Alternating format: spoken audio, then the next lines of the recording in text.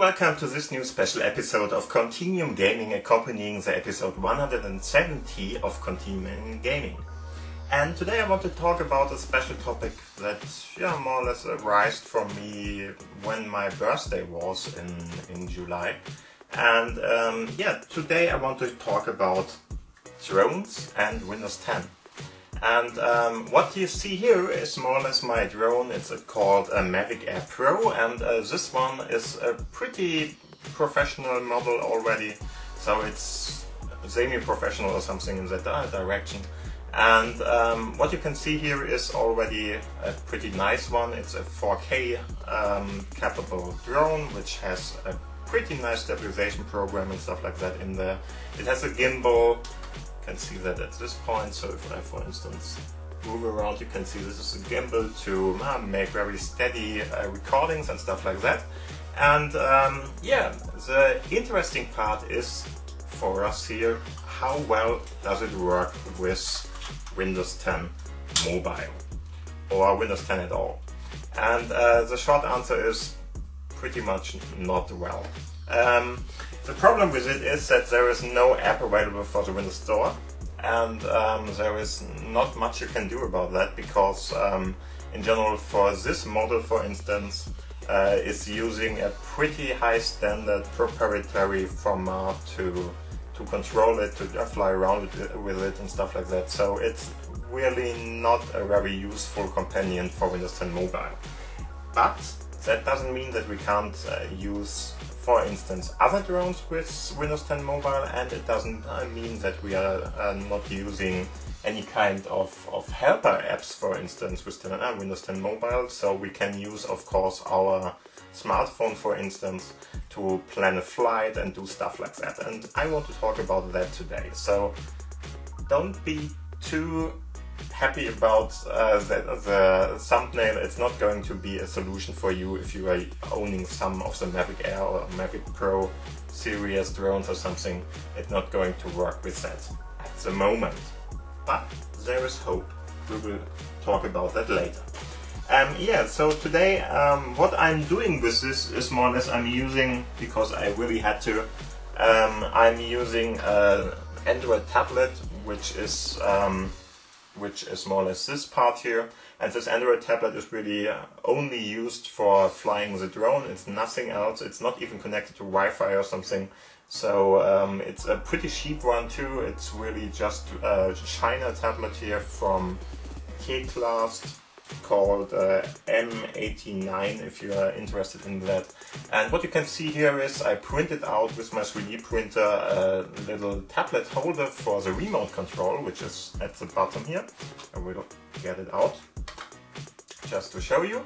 So this is more or less a remote control of the drone, and you can in some situations, if you for instance own an iPhone, which is more or less the only thing you should own with a Mavic Air or a Mavic Pro, if you ask me, because Mavic is really much into iPhones and not much more.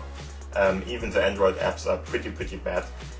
But in the end, I'm using the Android app here, and what you can see here is more or less the remote control for that, and it's just made to put in, for instance, an iPhone in here, and to do that, so I can use a pretty cheap device. For instance, you can see this here.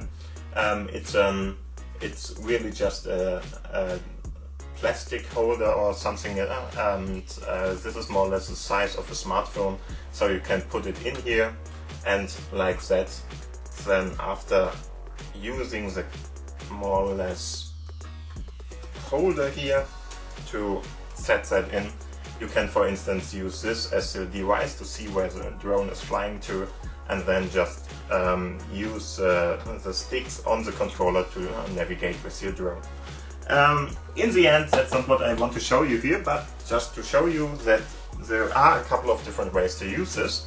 And if you are not an owner of a Mavic Air, for instance, but you are using, for instance, Mavic Inspire, I think Inspire 2 or something, there is an app for that in the Windows Store. You can download it from the Windows Store. And for instance, if you're using Parrot drones, like for instance a Bebop or something like that, then you are pretty well prepared too, because for those there are a couple of different options here. For instance, this is an AR parrot drone. This is more or less a much smaller one you can use, for instance, for toy flights and stuff like that. Then you can download this and it should work pretty well. Try it out with a test version first, just to make sure that it's working for you. And of course there are different other options here, for instance like, the Parrot Free Flight one here, which should be helpful for you too if you want to fly around with a parrot drone and stuff like that. But more interesting than that, there is Flight Zoomer, for instance, a different version too. And there is Drone Instagram, where you can, Drone Instagram it's called, sorry. Drone Instagram is just for sharing stuff here. But what you can use is Vision Drone. Vision Drone is a pretty nice one. And just to show you, there was a drone from DJI, but it's really only available with DJI Vision here, and it's really only available for one of the drones or two of the drones of DJI, and not the newer ones, but really just the very professional and very expensive ones. So Phantom 2 Vision, for instance, this will work for, but more or less nothing else. So I'm pretty much stuck with this one on Android for now. But there is hope. But before we go on, if you, for instance, have just a smaller drone, for instance, then you can use this little app here, which is a pretty nice one. I will show you a couple of shots from it on my smartphone, because it's not for Windows 10 Mobile or Windows, or better to say, it's not UWP. So we can't show it on the big screen here, but I will show you a couple of shots in a second about this drone, how it's looking and how it's behaving. Yeah, and here you can see a couple of different apps I'm using for my drones here, or better to say, which might be possible to be usable with drones in general here. Sorry. And one, of course, is a AR Drone 2 controller, which is for parrot drones. I'm not sure if it's working for all the drones, but it might be a good addition. If you are using one of the parrot drones, try that one out. But what I want to show you is Vision Drone. Vision Drone is a small drone that might be usable in future or something with the Mavic Air Pro 2 or with the Mavic Air 2. And what you can see here is it's a small little app, which is pretty well featured already, if you ask me. So what you can see here is, for instance, if I go in and go to launch at this point, you can see that you get a couple of different options here. You can, for instance, navigate around with your drone. Like this, you have things like video controls, you have photo controls, you can land and start your drone with it. There are controls like these which might be helpful for toy drones, for instance, which, for instance, can alter the altitude of your drone and stuff like that. And the good thing about it is that even the Mavic Air here I have is compatible to be connected with per Wi-Fi. So let's have a look at that. For that I'm going to use my Mavic Air. You have to have a look at the bottom here. I will click on it once and click again. After that it's going to be loud. Yeah. So, and as you can see, it's now booting up more or less. And what we can now do, I will just put it here. What we can now do is we can connect our smartphone with it. So go to the Wi-Fi settings in this case. And as you can see, there are a couple of different Wi-Fis available here, and one of that is the Mavic Air. And I can connect with it. And yeah, it's more or less that simple. So if you have, for instance, a toy drone or something, connect with that. The Mavic Air has, of course, a password in there. It takes a little to connect to it, but after a while it will connect.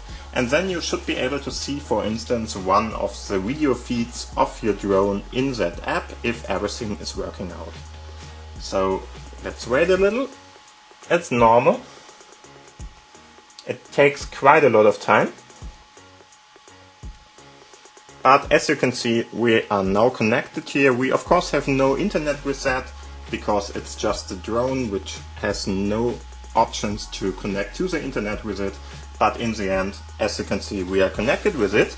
And after that, if we go into that app, you should now see, of course, some kind of information here. And as you can see, we have a configuration setting. If you go into there, you can see there are a couple of different options available. For instance, you can preview your videos in 720p and stuff like that, and fly around with that. Yeah, as mentioned before, it's not going to work with my Mavic Air in this case, because this one is using a proprietary style of control and stuff like that, so it's not going to work with it. But I will show you a couple of different drones which might work with it, because those are just toy drones and they are pretty much easier to navigate with something like that. Want to have a look at that if you have, for instance, one of the toy drones or something like that, and this might be a good option for you. It's pretty much working, I think, because I even got it to connect with my Mavic Air Pro, Mavic Air here, not Mavic Air Pro, with the Mavic Air here, but it wouldn't start off or do something with it, so it's not really what it should do there, it's just connecting. But and there is this one, which is a pretty nice one, but this is only a concept, so it's not already done or something. It's really just a concept how it would work, and there is a big information about it. This is not functional and stuff like that. So, and this is really just a concept for it. Okay, so there is hope, and the hope is more or less given by DJI itself, because if I have a look at DJI, at this point there is an SDK available in beta now, which is giving you information about supported platforms for Windows 10. And it's for UWP apps or UWP apps, and like that you can see there are different things, like for instance you can use it for high and low level flight controls. So high level flight controls are something like more or less programmable features and stuff like that, and low level flight control is really just to navigate around with it. And there are different other things that you can see here which are supported by this API, and it might be that there is an app on the fly or on the way that might work with this, but we will see what's happening there. What I wanted to be this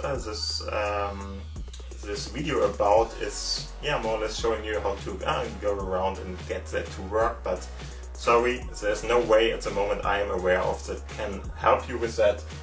If you have a DJI Mavic Air, you need an iPhone or an Android device for now, but that might change, as I mentioned before. So, but there are a couple of different things that you can do with your smartphone additional to that. For instance, you can plan flights and stuff like that. Because if you know, for instance, a little bit about drone flights, let's have a look at the... you already know then that it's pretty hard to find places where you are allowed to fly around. So especially in Germany, for instance, there are a lot of rules about that, and you have to know a lot of them, and for that you really should have a look at different places to be aware of. For instance, Deutsche Flugsicherung, DFS, that's more or less the flight control of Germany, is offering you an app for that, but it's not at the moment available for Windows 10 Mobile neither. So if you go on this, you can see there's not much you can see here. I can of course show you that on the tablet here, so you could use that for that, but it's not really what we're going to do here. And so there's another app that can do pretty much the same thing, which is available as a web app, and so everybody can use it. And as you can see, at the moment I'm in this app, And what you can see here is we can, for instance, fly around, see where we want to fly around, in, and have a look at different, for instance, areas. There's one big problem with this web app because it's really slow. So if you're on a computer or something, the computing power is a lot higher than it's mediocre at best to use, but it really shows you a lot of different things. And if you, for instance, plan on the PC one of the flights and then go back to your smartphone and just do the flights then and see if something is happening there, for that it's pretty much okay. So what I want to show you here is how to add a flight, or better to say, yeah, let's have a look at, for instance, different things here. You can see here is some kind of an area which is red at the moment, and if we click on that, no, we can't see anything if we're not planning a flight. So let's try and plan a flight. To do that, just click on this button here, and if I click on that, then you can see you get a couple of different options here to plan a flight. For instance, you can see that you can define a flight height, you can define how far away from you the flight should be, and as you can see here is more or less some kind of a 3D cylinder or something that is showing where you want to fly around and what you want to do here. And as you can see, this is more or less a part. Here you can, for instance, define what kind of drone you are using. You have to define that, so I have already done that. Putting that in will give me additional options here. And then you can, for instance, tell other people how long the flight should be, what the context should be, and of course here are a couple of different questions that you are asked. So you are helped with all the rules and stuff like that here, in at least a little bit of the parts. And this app is available for everybody, and as you can see at the moment at this flight position where I am, there are no informations, no problems available, so we could fly here.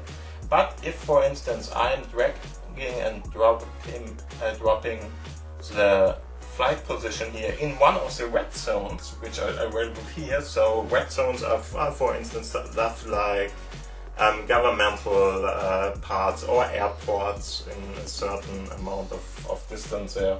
There might be a nature reservoir or something that you are not allowed to fly in, which is more or less the information here. And as you can see now, the flight is marked as red, and then you get these informations which are telling you, okay, sorry, you are not allowed to fly in, for instance, this park area, this reservoir area or something like that. And there are a couple of different other things. For instance, if you are trying to fly around in something like a city or something, then you're pretty much lost there. So go out in the field and try it there. As you can see, the performance is pretty bad. It's usable, but it's pretty bad. And as you can see here, we get a couple of different informations here. For instance, you're not allowed to fly in the whole area here. You are not allowed to fly over, for instance, motorways. Not really all the roads or something are not allowed to fly around. But as you can see, here's a motorway, so really for cars to drive quite a lot of speed here.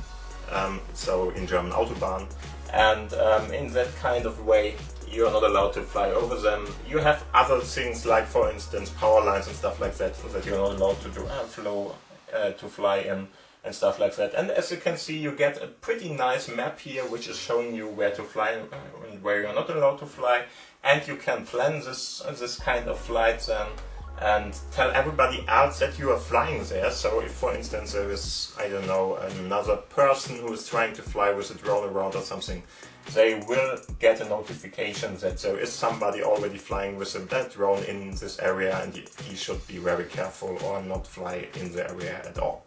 And this is more or less a very helpful thing that you should consider if you are using it. If you're using a drone, so this is something you can use in with any system, so including Windows 10 Mobile and Windows 10 of course. and like that. This is a pretty nice app you should have a look at. I will put a link more or less in the description area down below, so have a look at that if you want to have a look at this app here. You can of course put that to your start screen by going to this and going to this option here, and that should more or less look then like what I will show you here. Here you see this app and how it's looking. Yeah, so the next part I would like to show you is something that is only available for people in Austria. So if you're not in Austria, this is nothing for you, but there is an app available for people in Austria, and this is more or less an official app, I think, the ÖANTC, probably something that is like the Deutsche Flugsicherung. I'm not sure about it, I didn't check with it. It takes a little to start up, but after that you will see a map more or less like the one we saw already with Air Map, but in this case only for Austria in this case.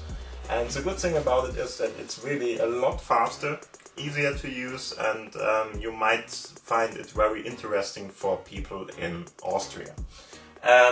At least after it has loaded, which takes a little, but that's okay. And as you can see, here is a map coming up, and in this map you can see different things here too. You have the information of Austria in here, and if I go in this, you can even see stuff like for instance, different options here. You can see here seems to be some kind of an airport or something, and there are, if you want to, for instance, click on one of those, there's this little pin which is going to be there, and they are giving you information about what's going on here. And in this case, for instance, this is a military air base, so you are not allowed to fly in that, or at least you have to get a special allowance to fly in there and stuff like that. But as you can see, you can click around, get information on where to fly and what you're allowed to do here, how high you can fly in this area, and stuff like that. In Austria it seems to be a lot easier to fly around, but in general you can have a look at this map and see a couple of different things. If you want to be sure about all this and where to fly and stuff like that, you should use not only one of these apps, but use a couple of them. So in general, the Deutsche Flugsicherungs app is one of the ones you might want to use very probably. But if, for instance, you're not in Germany or something, and your flight control center or something is not giving you these informations, for instance, AirMap might help you out. Yeah, and so I think that's more or less what I wanted to show you in this little episode. Since this is a little bit, not very satisfying at the moment for me, I'm going to have a look at the API myself, see if I can do something with it, and we will see if I give you some kind of a new app, for instance, for flying with DJI drones or something like that. Yeah, and so just to let you off with a couple of nice shots from my drone here, I will just show you a couple of them now. And yeah, thank you for listening, thank you for watching. I hope you still learned a couple of different things which might be helpful for you. And again, conclusion of this special episode is, you should not buy a DJI Mavic Air or something at the moment if you are on Windows 10 Mobile, because you really have a hard time with that. So you will need some other device to fly with it. It might change in the future, because I mentioned before, but at the moment you can't really fly with it around without anything else. And if you, for instance, have a toy drone or something, you can use Windows 10 Mobile with it, but for proprietary stuff like this, it's not going to work out pretty well for you. And if you are going for a semi-professional version like this one, for instance, go for a parrot drone. It's a better choice for that, and it might work better than with the DJI one.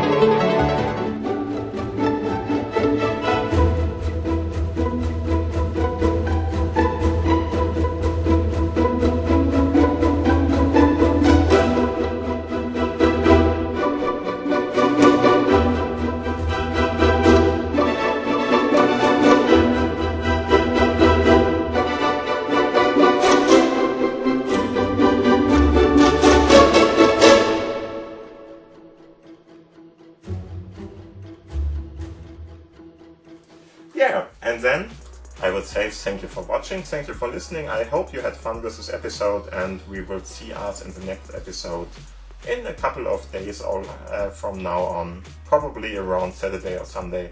And so see you soon. Hope you had fun, and yeah, let's stay tuned if I come up with something with this API, for instance, and what I can do about it. So thank you for watching, thank you for listening. If you like this video, please give it a thumbs up. If you don't like this video, you can use the button, of course, too. If you want to subscribe, please do that down below, so you are not, for instance, missing one of my other videos here. And of course, if you have any kind of questions, please put them down in the commentary section below. And so thank you for watching, thank you for listening, see you soon, and bye. Bye!